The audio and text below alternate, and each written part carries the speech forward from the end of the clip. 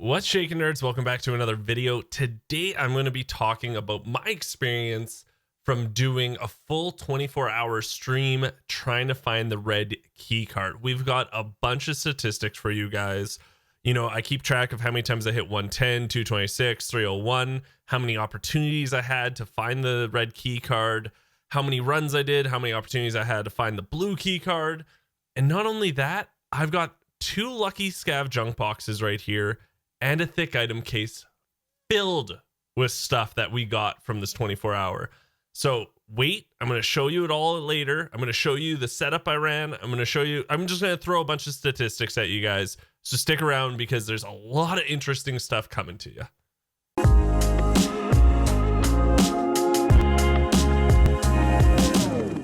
So like I was saying, we have these 2 scav junk boxes full of stuff that we got out of the raids, and same thing with this thick item case. I'm going to show you guys all this stuff at the end.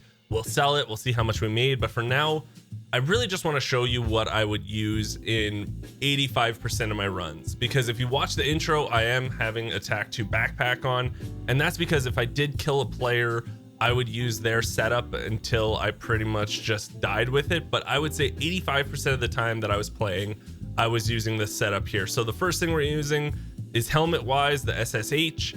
It's decent high ricochet chance. You can get it from level 1 Ragman. It's one of the cheapest helmets that is, you know, viable in the game. The problem is, I don't think a lot of people know, is it is minus 13% ergo on it. That's quite a bit, but it's cheap. And again, that high ricochet chance you can't beat.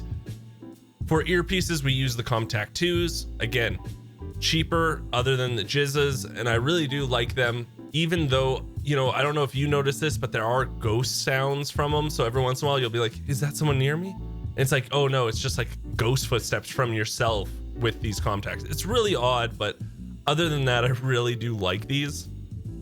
Also the 6B 3TM body armor, again, it does penalize you a lot for ergo and movement speed, but it's just a decent level 4 body armor that you can get pretty easy. Ragman level 2, you know, I'm not going to complain about this. I really do like it. And then we're going to go to the Vepr Hunter. So this Vepr Hunter, it's pretty straightforward. You know, I use the OKP 7 reflex sight on it. I just slap it on there. I use 2 10-round magazines, sorry. And here's the thing, what I would do. So I would put the first 10 rounds with M61 in my gun, and then the second 10 rounds had the M80 in there.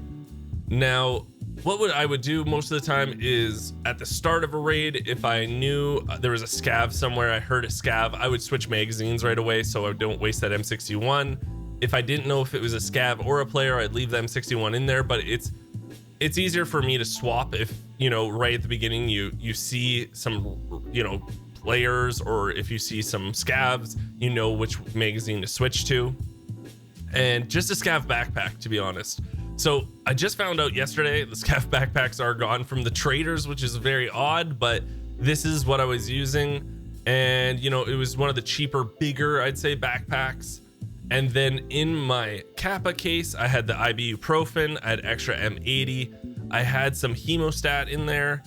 I had 2 docs case. Now you might be asking why 2, and 1 is for keys. So these are all the keys I was using. This is generally the best keys for resort. I know I'm missing 1 or 2 for some niche rooms, but nothing crazy. So these are the ones I would use. And then the other one was filled with SAS drives. And that was because if I had a successful raid, I had all this stuff on me, I was probably overweight. So I was kind of, you know, gaining strength half the time while I was leaving resort, and I was at something like 32.5, and now I'm at 39. So we gained a bunch of strength doing this. And also, of course, the Serve 12 kit.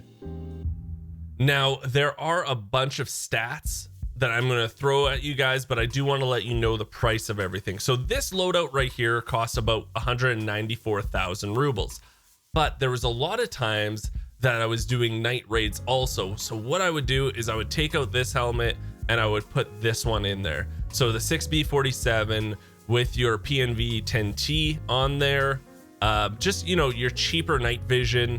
And this build costs a little bit more money. This build would cost 245,000 rubles per run. But again, I've got a bunch of stats on pretty much everything, so let me go into those right now. So my total raids were 61. I got 61 done in 24 hours. I survived 35 of them, so my survival rating was 54% only.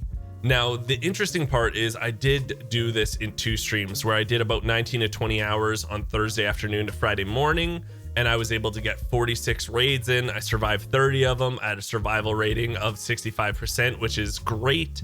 But then Saturday afternoon, I completed the rest of the hours I wanted to get done for this, and my survival rating definitely dipped. I got 15 raids done.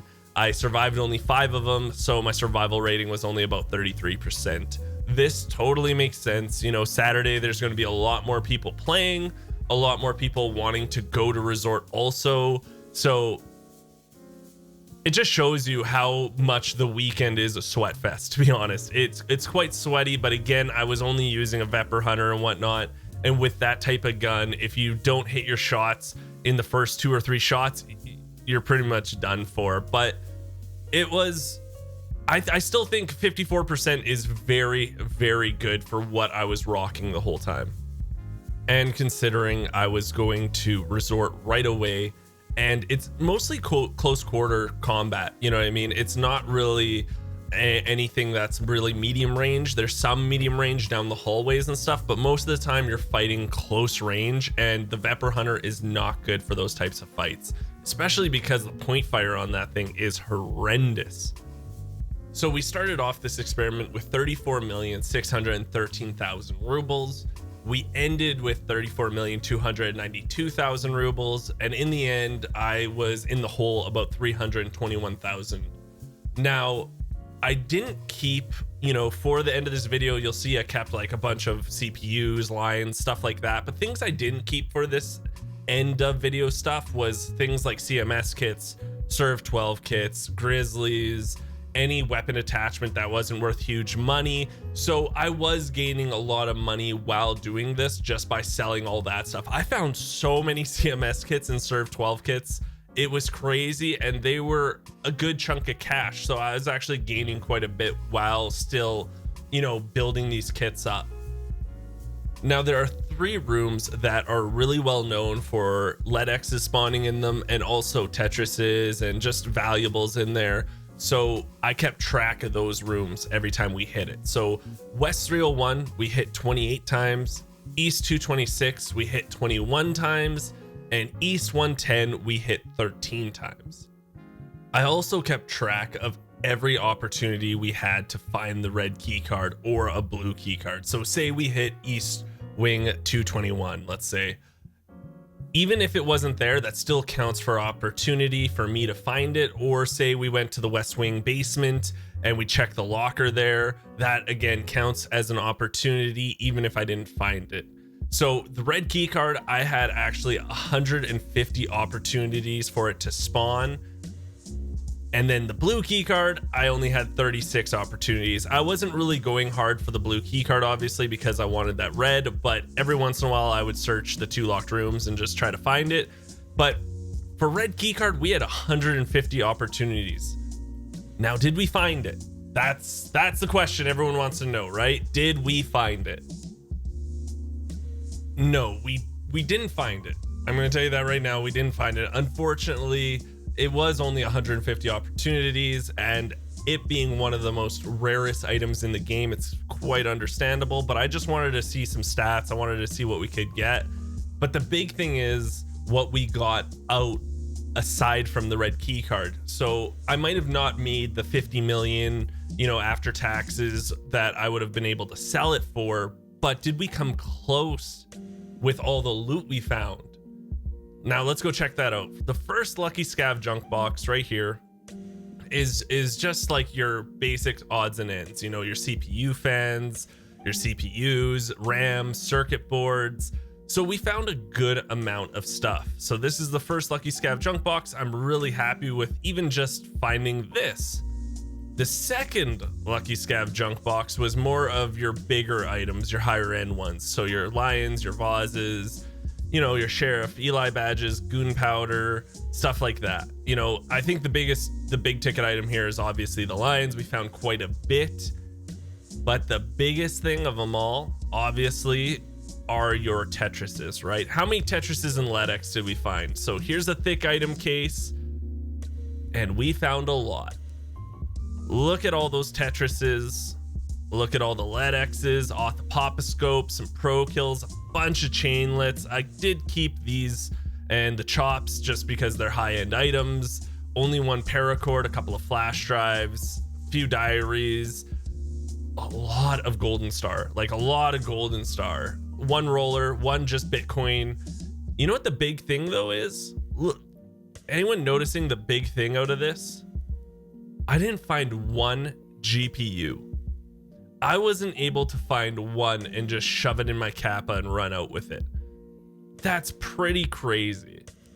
Now, what we will do though is, you know, generally we would have made 50 million after taxes if we sold the red key card.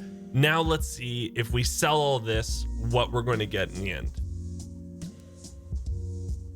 So we've sold everything, and you can see that our lucky scav junk boxes are empty here. You know, my thick item case, I just have my armor in here. And as you can tell, we are down a bunch of cash because, you know, it costs money to put stuff on the flea market, and it roughly cost me to put all those items on the flea market 1.5 million. And I haven't sold the Bitcoins yet from the Tetrises, so we're going to do that now. Let's quickly do that. 6.5 million. I'm not going to complain. And now, ooh, baby, look at all this. I can do this all day. I can watch this all day. Oh, I can watch that all day for sure. 59,678,000 rubles. So let's just do some quick math here. Let me figure it out on my old calculator. We made 26,861,000 rubles. So we didn't find the red key card, but you know what? Making almost 27 million rubles, that's more than a million rubles an hour. I'm okay with that. I'm definitely okay with that, actually.